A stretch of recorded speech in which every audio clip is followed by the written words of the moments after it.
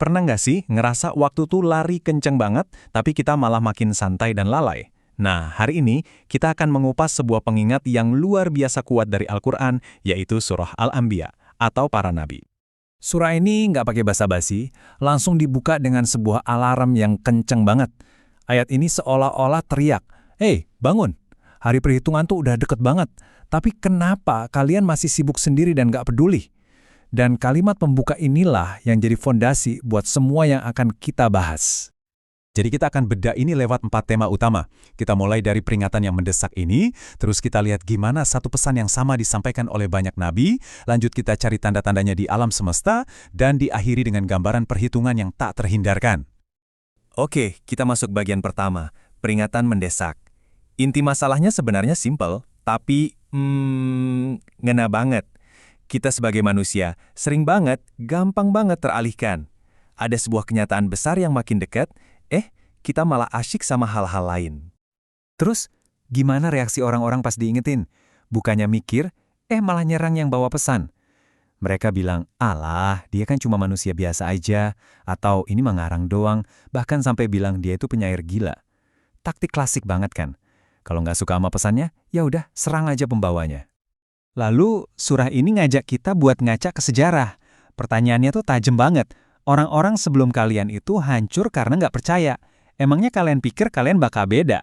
Ini kayak kita disodorin cermin sejarah langsung ke muka kita. Nah, setelah masalahnya dipaparin, terus solusinya apa dong? Ternyata, solusinya adalah sebuah pola yang diulang terus-menerus dalam sejarah, yaitu pengutusan para nabi. Dan ini dia poin kuncinya. Semua nabi ini, dari zaman kapanpun, ternyata bawa satu pesan yang sama persis. Bukan pesan yang ganti-ganti loh, tapi intinya cuma satu. Nggak ada Tuhan selain aku, jadi sembahlah aku. Konsep yang kita kenal sebagai tauhid. Dan buat ngebuktiin kalau pesannya konsisten, surah ini ngasih kita daftar nama yang, kita kenal semua. Dari Musa, Ibrahim, Nuh, sampai Zakaria dan Maryam. Ini seolah-olah mau bilang, pesan Tuhan itu satu, nggak pernah berubah, cuma penyampainya aja yang beda di zaman yang berbeda. Oke, kita ambil satu contoh paling dramatis, kisahnya Nabi Ibrahim. Dia nggak langsung datang sambil marah-marah ke kaumnya yang nyembah patung. Dia mulai dengan satu pertanyaan yang simple tapi cerdas banget. Patung-patung apaan yang kalian sembah serius banget? Strateginya itu jenius. Dia nggak mau debat kusir. Dia malah bikin demonstrasi langsung. Dia hancurin semua patung kecil, sisain satu yang paling gede. Terus dia nantang mereka. Coba tanya tuh sama patung paling besar, siapa yang lakuin? Lewat jebakan ini, dia maksa mereka buat ngaku sendiri. Iya juga ya, patung kan nggak bisa ngomong. Nah loh, cuma dengan satu kalimat itu, seluruh sistem kepercayaan mereka langsung runtuh dari dalam. Dan apa yang terjadi waktu argumen mereka udah mentok, mereka nggak bisa lawan pakai logika, jadi mereka pindah ke kekerasan, bakar aja dia. Ini nunjukin banget betapa lemahnya argumen mereka kan? Tapi disinilah puncaknya, sebuah keajaiban terjadi. Tuhan memerintahkan api secara langsung, "Wahai api, jadilah dingin dan selamatkan Ibrahim." Sebuah intervensi ilahi yang nunjukin siapa yang sebenarnya punya kuasa. Rencana mereka gagal total. Oke, sekarang kita pindah gigi nih. Dari cerita-cerita sejarah, sekarang kita diajak buat jadi ilmuwan. Surah ini minta kita buat lihat sekeliling kita, ke alam semesta, dan gunain akal sehat kita.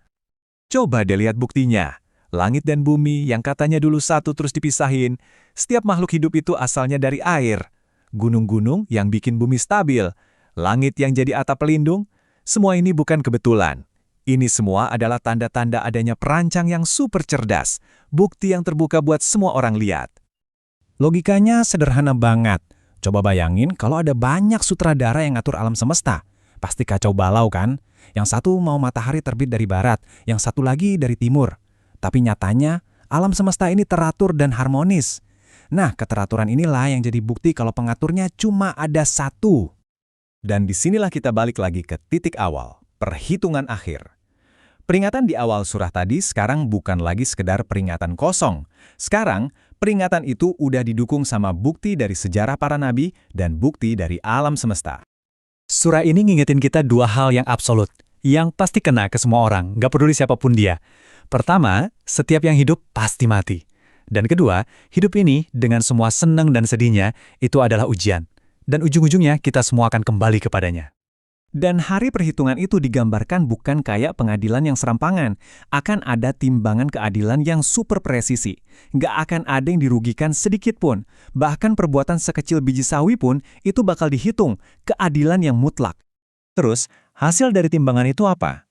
Cuma ada dua, dan perbedaannya jauh banget.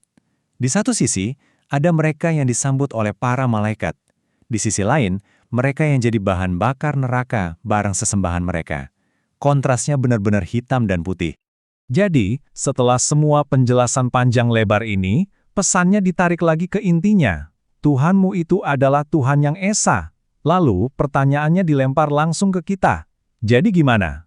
Apakah kamu mau berserah diri? Dan yang menariknya, semua peringatan yang kedengarannya keras ini ternyata dibungkus bukan sebagai ancaman. Sebaliknya, tujuan akhirnya disebut sebagai rahmat bagi seluruh alam. Pesan ini adalah wujud kasih sayang, sebuah panduan yang dikasih buat kebaikan kita semua. Dan pada akhirnya, bolanya ada di tangan kita. Pesannya sudah disampaikan dengan sangat jelas, pertanyaannya sekarang untuk kita renungkan masing-masing. Akankah kita mendengarkan peringatan ini?